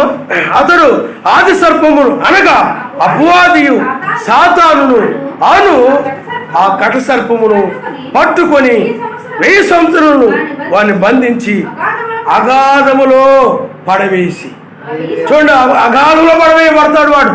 1000 సంవత్సరాలు వాడు అగాధంలో పడవేయబడతాడు. వాడు ఇక 1000 సంవత్సరాల వరకు కూడా బంధించబడే ఉంటాడు. కాబట్టి ఆ 1000 సంవత్సరాలు బంధించబడడం ద్వారా భూమి మీద ఎవరు చెప్పండి? అన్నిలు కూడా ఉంటారు, కొద్దిమంది ఉంటారు, వాళ్ళు కూడా ఉంటారు. కానీ అక్కడ ఏ విధమైన పాపం చేయరు, వాళ్ళు విగ్రహారాధన చేయరు, పాపం చేయరు, ఏమి చేయరు. అలాగే యెరూషలేములో మనం ఉంటాం, ఇజ్రాయిల్ ఉంటారు, అక్కడ కూడా ఏ పాపం ఉన్నది. అందుకే పట్టణానికి వెలుపున, ఆ రాజ్యానికి వెలుపున కొంతమంది ఉంటారు, రాజ్యంలో కొంతమంది ఉంటారు. వేరే రాజ్యాలు ఉంటాయి, మన రాజ్యం. కానీ ఏ యుద్ధాలు ఉండవు, ఏ రాజ్యం మీద రాజ్యము లేవడం కానీ, ఎలాంటి యుద్ధ సమాచారాలు కానీ, మరణ వార్తలు కానీ ఏమి అక్కడ ఉండవు. దుఃఖ వార్తలు ఉండవు, ఏ వార్తలు అక్కడ ఉండవు, సమాధి కార్యక్రమాలు ఉండవు, ఏమి ఉండవు. కారణం ఎందుకనంటే అపవాది బంధించబడ్డాడు. ఇక్కడ కూడా అపవాది నీ జీవితంలో బంధించబడినట్లయితే నీ శరీరము మర్త్యమైన శరీరము అమర్త్యమైనదిగా మారిపోద్ది. ఆయన ఎప్పుడైతే భూమి మీద కూడా అపవాది బంధించబడుతున్నాడో మర్త్యమైన సృష్టి కాస్త అమర్త్యమైనదిగా మారిపోద్ది. ఆయన హల్లెలూయా. అందుకనే అపవాదిని బంధించడం అనేది సాతాను సంబంధమైనటువంటిది. ఐగుప్తు సంబంధమైన ఆత్మలు, అవి సాతాను సంబంధమైన ఆత్మలు తెల్లవారుజామునే బంధించడం అనేది ఆరంభమైంది. ఇప్పుడు కూడా సాతానుడు బంధించబడే, మృత్యువు బంధించబడే ఈ 4వ గుర్రం మీద ఉన్నటువంటి ఆ దయ్యము, ప్రపంచంలో పనిచేస్తున్నట్టు ఆ మృత్యు అనే ఆ దయ్యము బంధించబడేటువంటి సమయము కూడా ఇదే. అయితే ఇప్పుడు ఎంతవరకు బంధించబడుతున్నాడు చెప్పండి? నీ దగ్గరకు మాత్రమే వాడు రాకుండా బంధించబడుతున్నాడు. నువ్వు వాడు చూడండి, ఒడ్డుకెళ్ళిపోయిన తర్వాత ఇజ్రాయేలు అప్పుడు ఐగుప్తీయులు పూర్తిగా బంధించబడ్డారు, చనిపోయారు. కంతి రేపు నువ్వు ఎత్తబడిన తర్వాత, అలాగే యూదులు కూడా రక్షించబడాలి కాబట్టి వాడు కూడా రక్షించబడిన తర్వాత అప్పుడు వాడు భూమి మీద లేకుండా వాడు ఏమైపోతాడు చెప్పండి? బంధించబడు. అప్పుడు భూమి మీద ఏముంటుంది? నీతి, సమాధానము, పరిశుద్ధాత్మేంద్ర ఆనందం. పాపమును ఒకడు నీతి కలిగి, సమాధానం కలిగి, పరిశుద్ధాత్మేంద్ర ఆనందంతో ఉన్నాడంటే అతను ఏ పాపము లేనట్టే. అతను ఏ పాపం లేదుక, అతను అతి పరిశుద్ధుడు నన్ను అడిగితే. అందుకని నువ్వు అతి పరిశుద్ధుడిగా ఉండాలి. అందుకని అపవాది బంధించుడు ద్వారానే చూడండి మత్స్యమైన దాని నుండి అమరచితులకు వెళ్ళారు. అపవాదిని ఆయన బంధించాడు కాబట్టే, అంటే ఐగుప్తిని బంధించాడు కాబట్టే మరణం నుండి తప్పించుకున్నారంటే ఐగుప్తుల చేతకి చంపబడకుండా, అంటే మత్స్యమైన దాని నుండి అమర్చితులోనికి వెళ్ళారు. నీ శరీరం కూడా మారాలంటే, నీ శరీరం కూడా మార్పు చెందాలంటే అపవాది బంధించేవాడు ఆయనే. ఆయన బంధించడం కొరకు ఆయన వచ్చాడు. ఐగుప్తీయులు లోకంలో లాక్కొని వెళ్లకుండా, ఐగుప్తీయుల మధ్యకు రాకుండా ఆయన అడ్డుగా నిలిచిన రీతిగా ఇప్పుడు కూడా నీకును లోకానికి మధ్య ఆయన అడ్డుగా ఉంది. ఈ వర్తమానం అలా ఉంటుంది, ఈ వాక్యం అలా ఉంటుంది, ఈ వర్తమానం అలాంటిది. కాబట్టి పిల్లారా, ఇది లోకం ఉండి వాళ్ళు చూడండి తెంచబడ్డారు. ఎందుకని ఇజ్రాయెల్ నుండి ఐగుప్తీయులు తెంచబడ్డారు, ఐగుప్తు నుండి ఇజ్రాయెల్ తెంచబడ్డారు. అప్పుడే శరీరం మార్పు చెంది పైకి వెళ్ళిపోయింది. కాబట్టి ఇప్పుడు కూడా లోకాశల నుండి ఏమండి నువ్వు తెంచబడతావు. ఇంకా లోకము కూడా ఇంకా ఆత్మ సంబంధమైన దాని నుండి ఇంకా పూర్తిగా తెగిపోయింది. ఇంకా సువార్త నుండి తెగిపోయింది, సువార్త నుండి వేరైపోయింది. తెల్లవారుజామున అదే జరుగుతుంది. రక్షణ వాళ్ళకి ఏమైపోయింది చెప్పండి? తెగిపోయింది. రక్షణ లేదు ఇంక వాళ్ళకి. అందుకనే వారు ఈ రక్షణ దగ్గర రాకుండా, ఈ రక్షణ వాళ్ళు పొందుకోకుండా ఆయన ఏం చేశాడు చెప్పండి? బంధించి వేశాడు ఆయన. హల్లెలూయా. అందుకని ఇజ్రాయిల్ని వాళ్ళు లాక్కొని వెళ్లకుండా, అలాగే ఐగుప్తీయులు ఇజ్రాయిల్ మధ్యకు రాకుండా బంధకం. ఈనాడు కూడా అంతే. సంఘ శాఖలు, మత శాఖ సంఘాలు వాటిలోనికి, లేకపోతే పొదుగు సంఘాల్లో ఉన్నటువంటి పనికి మాలిని ఉన్నాయి. అవి ఆత్మలు, ఆ బోధలు నీలో పనిచేయి. ఈ యొక్క బోధలు కూడా, ఈ వర్తమానం కూడా ఐగుప్తుల్లో మత్స్యాక సంబంధించిన బీజం కలిగిన వాళ్ళు కూడా దీన్ని నమ్మలేదు, దీని దగ్గర రాలేరు. ఎడము ఒక విధంగా చెప్పాలంటే ఎడము కలుగుతూ ఉంది. ఇస్సాకు దగ్గర చూడండి మీరు. ఇస్సాకు దగ్గర మనం చూస్తే మొదట బావి దగ్గరికి వచ్చాడు, గెరారు కాపురులు వచ్చాడు. ఈ బావి నీరు మాదే అన్నారు. ఆ గెరారు కాపురులు అలా అన్నారని ఇస్సాకు ఏం చేశాడంటే సరే అని చెప్పి ఇంకో బావి దగ్గరికి వచ్చి మళ్ళీ తవ్వుతున్నాం. అప్పుడు ఏం జరిగింది? ఆ గెరారు కాపురులు అన్నారు ఈ బావి కూడా మాదే. మరలా వచ్చి 3వ బావి తవ్వాడు, వాళ్ళు రాలేదు. మీకు అర్థమైందా? వాళ్ళక రాలేదంటే గెరారు కాపురులకి ఇస్సాకుకి మధ్య ఏం కలిగింది చెప్పండి? ఎడమ కలిగిందంటే అక్కడ గెరారు కాపురులు ఆయన ఏం చేశాడు? బంధించాడు. ఇప్పుడు కూడా అదే జరుగుతుంది. గెరారు కాపురులు అంటే ఎవరు? కాపురులు అంటే మత్స్యాక సంబంధించిన బోధకులు, పొదుగు సంఘాల్లో ఉన్న బోధకులు. వర్తమానం దగ్గర రాలేరు వాడు. మీకు అర్థమవుతుందండి? అందుకని లోకానికి కాదు ఈ వర్తమానం. అలాగే ఈ వర్తమానం దగ్గరికి వారు రాలేరు, ఈ వర్తమానం వారి దగ్గరికి వెళ్ళరు. అందుకని ఇది గొప్ప వర్తమానం. మరణము బంధించబడుతుంది. అందుకని మరణాన్ని మనం ఎన్నడూ ఇక మనము చూడము. అసూయని మరి అన్నడు నీ జీవితాలను చూడలేవు. చెడుతనాన్ని నీ జీవితంలో ఎన్నడూ చూడలేవు. లోకం మరి అన్నడు చూడవు. ఇక మరణానికి ఇక నువ్వు మరణించడం అనేది ఉండదు. ఆయన బంధించే సమయం ఇది. మరణము లేకుండా క్షయమయ్యేది అన్నడు నువ్వు చూడవు. అమర్త్యతని నువ్వు చూస్తావు అన్నమాట. అది ఇక్కడ ఉన్నావు అనుకోండి, ఈ లోకంలో క్షయమయ్యేది నువ్వు చూస్తున్నావు. క్షయమైపోవడం అంటే నశించిపోవడం. ఈ మనకి రోడ్డు మీద కనపడతా ఉంటాయి. ఏ కుక్క చచ్చిపోయిందని, కుక్క చచ్చిపోయిందని, చెట్టు ఎండిపోయింది. చాలా బిల్డింగ్స్ ఎప్పుడో కట్టిన కూలిపోతూ ఉంటాయి, చూస్తున్నాం. లేకపోతే ఏవో నశించిపోతున్నాయి, అనేక వార్తలు వింటూ ఉంటాం. అక్కడ మనిషి మరణించాడు, ఇక్కడ మనిషి మరణించాడు. అన్నీ కూడా నాశనాన్ని గురించిన వార్తలు. క్షయమైపోయి, అందుకని ప్రపంచం అంతా కూడా నశించేది, క్షయమైపోయేది. ఇలాంటివి చూస్తూ ఉన్నాం, ఇలాంటివి విన్నా ఉన్నాం. కానీ ఆ రాజ్యంలోకి వెళ్ళినప్పుడు అసలు అలాంటివి ఉండనే ఉండవు. అంత అమర్చిత, మరణం లేనే లేదు. చెట్లు, పుష్పాలు, ఇంకా జంతువులు, పక్షులు, ఆ సింహాలు, ఆ యొక్క ఎలుగుబంట్లు, గొర్రె పిల్లలు, మన నీతిమంతులు అందరూ కూడా అక్కడేమిటి చెప్పండి, అమర్చితతో ఉంటారు. మరణం ఉండదు, మరణము ఉండదు. చూడు, అదే చూస్తావు నువ్వు అక్కడ. ఎక్కడైతే నువ్వు మరణాలు చూస్తున్నావు, నశించడం చూస్తున్నావు. కానీ అక్కడ ఏంటంటే అలాంటిది ఏమీ ఉండదు. అమర్చితే. అందరూ కూడా మరణించకుండా అలాగే జీవిస్తూ ఉంటారంతే. దానికోసమే ఇదంతా మనం చేసేది. ఇంత ప్రత్యేకంగా లోకంలో ఎన్ని కూడా మనం పోగొట్టుకొని, అన్ని సంఘాలు ప్రత్యేకంగా ఏ బోధలు నమ్మకుండా మనం కష్టపడుతూ, శ్రమపడుతూ, నిందలు పడుతూ, అవమానాలు పడుతూ, ఎన్ని పడుతూ ఆ వాక్యం నిమిత్తమే, బోధ నిమిత్తమే, సత్యం నిమిత్తమే ఈ విధంగా ఉన్నాం. దేనికోసం చెప్పండి? అమర్త్యత కోసం. ఆయన అమర్చి అక్షయమైన దానికోసమే. అందుకని అయితే ఇక్కడ చూడండి, ఎక్కడ చూసినా పిల్లారా వైరములు మనం చూస్తూ ఉంటాం. గొర్రెపిల్ల, సింహం, అలాగే సర్పము, రకరకాలుగా ఇవన్నీ. సర్పము, ముంగీసు, అలాగే పిల్లి, ఎలక, రకరకాల వైరాలు ఇక్కడ మనం చూస్తూ ఉంటాం. కానీ అక్కడికి వెళితే అన్నీ కలిసి ఉంటాయి. ఆ స్వభావం బాగు వాటి. తోడేలు, గొర్రె, బైబిల్లో రాయబడి సింహము, అలాగే గొర్రె పిల్ల. ఇక్కడ ఏమీ ఉండదు, అన్నీ కూడా సమాధానంతో ఉంటాయి. నీతిగా నడుస్తాయి అన్నీ కూడా. ఏం చేస్తాయి చెప్పండి? నీతిగా నడవడము, సమాధానం కలిగి పరిశుద్ధ ఆయన ఆత్మేందో ఆనందిస్తూ ఉంటాయి. ప్రతి సృష్టి ఎలాగ మూలుగుతూ ఉందో రేపు విడుదల పొందిన తర్వాత కూడా అలాగే ఆనందిస్తాయి.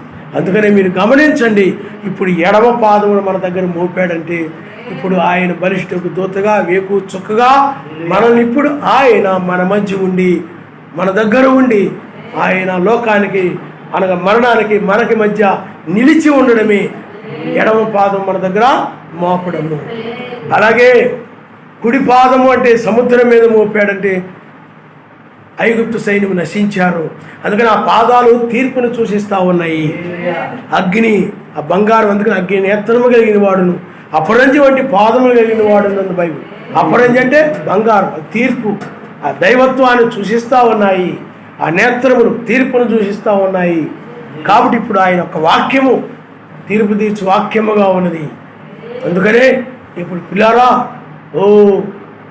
ఈ చివరి సమయంలో ఆయన న్యాయాధిపతిగా ఉండి ఆ రాజ్యములు ఎలా ఉంటారో, అపవాదిని బంధించడం ద్వారా అక్కడంతా కూడా నీతి, సమాధానం, పరిశుద్ధాత్మ, ఆనందం ఆ రాజ్యంలో ఉండబోతా ఉంది, ఆ దేశంలో ఉండబోతా, భూమి మీద ఉండబోతా ఉంది. కాబట్టి అపవాది 1000 ఏళ్ల పాలనకు ముందుగా బంధించబడతాడు. అలాగే ఇప్పుడు కూడా బంధించబడుతుంది. అందుకని అపవాది బంధించబడుట అనేది, సాతాను బంధించబడుట అనేది ఈ తెల్లవారుజాము నుండి ఆరంభమైంది, నీ దగ్గర నుండి ఆరంభమైంది. అందుకని తీర్పు సర్వశక్తిమంతుని ఇంటి యొద్ద ఆరంభమైతే అవిధేయులైన వారి గతి ఏమగునను. కాబట్టి పిల్లారా, అందుకని ఇప్పుడు నీ హృదయానికి ఆయన తలుపు వేస్తున్నాడు. ఆయన చాలా జాగ్రత్తగా గమనించాలి. ఇప్పుడు నీ చుట్టూ అగ్ని జ్వాలలు ఉన్నాయి. పరిశుద్ధాత్మే నీ చుట్టూ ఉండి ఏకో నక్షత్రముగా ఆయన ఉండి వర్తమానం లోకంలోనికి నీలోనికి రా, నీవు లోకంలోకి వెళ్ళకుండా ఒక ఓడలో ఉన్నట్టు. ఓడలో ఉన్నవాడు చూడండి, ఓడలో నుండి బయటికి రాకుండా, బయట వాడు ఓడలోకి రాకుండా తలుపు వేయబడింది. ఇప్పుడు కూడా అంతే, లోకము నీలోనికి రాకుండా, నీ హృదయంలోనికి రాకుండా అసూయ కానీ, ద్వేషము కానీ, గర్వము కానీ, సొంత ఆలోచన, సొంత జ్ఞానము కానీ, సొంత బలము కానీ, లోక మాటలు కానీ, లోక విషయాలు కానీ, గర్వము కానీ, అలాంటి చెడు ఏమి మత సంబంధమైనవి కానీ, దుర్బోధలు కానీ ఏమి నీ హృదయంలో రాకుండా ఆయన ఏం చేస్తున్నట్టు తలుపు వేస్తున్నాడు. ఆయనే మూసి వేస్తున్నాడు. ఆయనే ఆ తలుపు ఎవరు? ఆయనే అడ్డుగా ఉన్నాడు. అందును బట్టి నీవు ప్రేమతో ఉంటావు, ఆ వాక్యాన్నే నువ్వు ప్రేమిస్తావు. అందుకని చూడండి, ఆ వాక్యాన్నే ప్రేమిస్తావు. ఆ వాక్యంను ప్రేమించడం అంటే ఆయన ఆజ్ఞల ప్రకారం నడుచుటే ప్రేమ. ఇతరుల మీద అసూయ కలిగి ఉండకూడదు అని ఉందనుకోండి, వాక్యం చెప్తుంది. ఆయన ప్రేమించినప్పుడు దాన్ని నువ్వు పాటిస్తావు. ఆ పాటించినప్పుడు నువ్వు ఆయన అది ఆ ప్రేమ కలిగి ఉన్నట్టు లెక్క. అది పాటించలేదనుకోండి, నువ్వు ఆ ప్రేమ కలిగి లేవు. అర్థమైందా? అలాగే లోకంలోకి వెళ్తావు, ఊళ్ళోకి వెళ్తావు, మెయిన్ రోడ్డుకి వెళ్తావు. అవి చూడగానే నీకు ఆశలు కలుగుతావు. అవసరం వేరు, ఆశలు. అవసరం కాకుండా చూసిందల్లా అది కావాలి, ఇది కావాలి, నీకు ఆశలు కలుగుతావు అని అనుకోండి. లేకపోతే మీ బంధువుల ఇంటికి వెళ్తాం, లేదా ఇంకోరింటికి వెళ్తావు. వాళ్ళ ఇంట్లో ఎన్ని ఉంటాయి, అవి చూసి నాకు కూడా ఇంటి బాగుండని, నీకు అవసరం లేకపోయినా వాళ్ళకు ఉన్నాయి కాబట్టి నాకు కూడా ఉండాలని ఆ ఆశలు కలిగినాయి అనుకోండి. బైబిల్ ఏం చెప్తుంది? శరీరేచ్ఛలు నెరవేర్చుకుంటూ శరీర విషయమే ఆలోచించుకుంటున్నాను. శరీర విషయం అంటే లోకం విషయమే ఆలోచన చేసుకోవద్దు.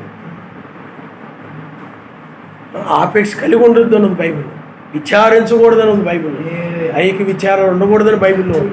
నువ్వు ఎప్పుడైతే ఆయన వాక్యాన్ని ప్రేమిస్తావు, ఐక్య విచారం కలిగి ఉండకూడదు కదా అని చెప్పి నువ్వు ఏదైతే చూసావో ఆ షాప్కి వెళ్ళు, బంధువుల ఇంటికి వెళ్ళు, దాన్ని చూసిన తర్వాత నాకు దాని గురించి నీకు ఆశ కలిగినప్పుడు నాకు ఇదొద్దు నన్ను క్షమించు నాయనా అని దాన్ని నువ్వేం చేస్తావు చెప్పండి? అసహించుకో. అర్థమైందా? తృణీకరిస్తావు. అలాంటివి నీలోనికి రాకుండా ఏం చేస్తాడు చెప్పండి? ఆ దూతగా ఆయన ఉంటాడు. ఆ ప్రేమ కలిగిన వ్యక్తి ఏం చేస్తాడంటే ఆయన కలిగి ఉండొద్దు అన్నాడు కాబట్టి, ఆ విచారించొద్దు అన్నాడు కాబట్టి, ఐక్య విచారాన్ని ఏమి తిందురా ఏమి త్రాగుదురా, లేకపోతే లోక సంబంధం ఆశించడం కానీ అవి కలిగి ఉండొద్దు అన్నాడు. ఆయన ప్రేమించావనుకోండి, ఆయన ఆశించకూడదని చెప్పాడు కదా, నువ్వు వాటిని ఆశించవు. నువ్వు అది ప్రేమ, నువ్వు ఆయన ప్రేమిస్తున్నావు అంటే అది.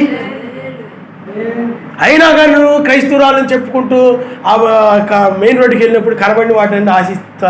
ఏది మన నేను ఒకసారి ఒక అతనితో వెళ్ళాను. ఎక్కడికి వెళ్ళాను? విజయవాడ మీటింగ్స్కి వెళ్ళి వస్తున్నాను. నాతో పాటు ఉన్నాడు అతను. నన్ను ఒక దగ్గర నిలబెట్టేసి ఏది కనబడితే దాన్ని వెళ్ళి, ఏ షాప్కి పడితే ఆ షాప్కి వెళ్ళావు. అది చూసావు, ఇది చూసావు. ఎవడు సైకిల్ షాప్ ఆపుకొని దాని మీద బట్టలు వేసి అమ్ముకుంటున్నాడు, ఆవిడకి వెళ్ళాడు. ఆ బట్టలు ఇలా చూసావు, అలా చూసావు. మళ్ళీ రోడ్డు మీద వెళ్తూ ఉంటే ఇంకేదైనా ఏదైనా వస్తువులు బొమ్మలు లాంటివి ఏదైనా కనపడ్డా అక్కడికి వెళ్ళావు. అది చూసావు, ఇది చూసావు. నేను అక్కడ నిలబెట్టేసి ఆశ అనమాట. ప్రతి దారి మీదకి వెళ్ళిపోతూ ఉంటాడు. ఇంకా అది కొనుక్కోవాలి, ఇది కొనుక్కోవాలి, అలాగే ఆశలు. వాక్యం ఏం చెప్తా ఉంది? వీటిని ఆశించుద్దాను. లోకము దాని ఆశ గతించున్నది ఉంది బైబిల్. ఇవన్నీ గతించిపోతాయి, ఇవి గతించిపోతాయి, ఈ ఆశలు గతించిపోతాయి, ఆశించేవాడు కూడా గతించిపోతాయి. ఇవేమి ఉండవు. వాక్యాన్ని ప్రేమించావు అనుకోండి, వాడిని ఆశించు. ఎందుకని? వాక్యం గుర్తుకొస్తుంది, వాక్యం సహాయంగా ఉంటుంది. వాక్యం నువ్వు విన్నావు కదా ఆశించకూడదని, ఆ వాక్యం జ్ఞాపకం వచ్చేసి వెంటనే నువ్వు ఆశించు. అది ఆయన్ని ప్రేమించాలి. ప్రేమించే వ్యక్తి ఆయన ఆజ్ఞల ప్రకారం నడుస్తాడు. వాళ్ళని ప్రేమ కలిగి ఉండడం అంటే ఆయన ఆజ్ఞల ప్రకారం నడుచుటే ప్రేమ. ఎవరైనా ఏదైనా మంచి పని చేశారనుకోండి, ఎవరైనా ప్రియమైన చిన్న బిడ్డ నువ్వు బాగా చేసావు, మంచి పని చేసావు, వెరీ గుడ్ అన్నావు అనుకోండి, మిగతా వాళ్ళందరూ కూడా ఆ బిడ్డని అభినందిస్తారు. వెరీ గుడ్, బాగా చేసావు. ఇప్పుడు మీకు ఎవరికైనా స్కూల్లో కొన్ని పోటీలు జరుగుతాయి, ప్రైజులు వచ్చాయనుకోండి, ఆ ప్రైజ్ వచ్చినప్పుడు ఒకరికి మిగతా వాళ్ళందరూ కూడా అభినందిస్తారు, ఫోన్ చేసి మరీ అభినందిస్తారు. అది ప్రేమ. ఆయన నమస్తారు. ఆడికి అలా వచ్చింది, ప్రైజ్ వచ్చిందని అలాగే అభినందించారని, పాస్టర్ గారు వాళ్ళు మెచ్చుకున్నారని, లేదా మాస్టర్ గారు వాళ్ళు మెచ్చుకున్నారని నిలవట్లేదు ఎలాగా అని నువ్వు లేకపోతే కుళ్ళుకోనో లేకపోతే ఆ ప్రైజ్ వచ్చిందని చెప్పి ఆడు ముఖం చూడకుండా ఈ ముఖం అలా ఇలా ఉన్నావు అనుకో, నీ సహోదర ప్రేమ లేదు. అభినందిస్తావు. అందుకని ఒకరి సంతోషంలో నువ్వు పాలు పొందాలి, ఒకరి దుఃఖంలో నువ్వు పాలు పొందాలి, ఒకరి ఆనందంలో నువ్వు పాలు పొందాలి, పాలు పంచుకోవాలి. ఆనందంలో వాక్యం ఎలా చెప్తా ఉంది, ఆ దుఃఖంలో నువ్వు పాలు పొందాలి. వాక్యం అలా చెప్తా ఉంది. ఆ రాజ్యంలో అలా ఉంటుంది. ఎందుకంటే బ్రహ్నాం గారిని పిలుస్తారు, బడా నమ్మకమైన దాసుడా అని పిలిచినప్పుడు అందరూ కూడా బ్రహ్నాం గారిని మెచ్చుకుంటూ ఉంటారు. మంచి సర్వశక్తిమంతుడు నిన్ను లేకపోతే మెస్సయ్య ఇలాగన్నాడు. ఎవరు అసూయపడరు. ఇక్కడ కూడా అలాగే, ఇక్కడ అలాగే ఎవరిని ఏదైనా మెచ్చుకున్నప్పుడు ఫలాని కుమార్తె, ఫలాని కుమారుడా, ఫలాని వారు ఎవరిని మెచ్చుకున్నప్పుడు నీవు కూడా ఆనందపడిపోవాలి. కారణం ఆ శరీరంలో ఒక భాగం నీవు. నీకు అర్థమైందా? ఆ శరీరం అంతా ఆనందిస్తుంది, అందరూ ఆనందిస్తారు. ఎవరికి ఏదైనా ఎదిగిన అందరూ బాధపడతారు, ఒక శరీరముగా ఉంటారు అక్కడంతా. ఆయన నామస్తున్నారు. హల్లెలూయా. అందుకనే ఎవరి పనులకు, ఎవరి క్రియలకి, ఎవరి మాటలకి, ఎవరి ఆలోచనలకి అందరూ కూడా దానిని బట్టి ఎత్తబడము, నిలబడడం ఉంటుంది. దానిని బట్టి పైన ప్రతిఫలాన్ని పొందడము, చెడ్డ దాన్ని బట్టి కిందకి విడవబడి ఉపరితలోకి వెళ్ళిపోవడం జరుగుతాయి. కాబట్టి పిల్లారా, అందుకని ప్రేమలో ఇవేమీ ఉండవు. అందుకని ప్రేమతో నిండి ఉంటుంది ఆ రాజ్యం అంతము. ప్రేమే ప్రేమే ప్రేమే. హల్లెలూయా హల్లెలూయా. తల్ల వంచుకోండి, మనం ప్రార్థన చేసుకుంటాం.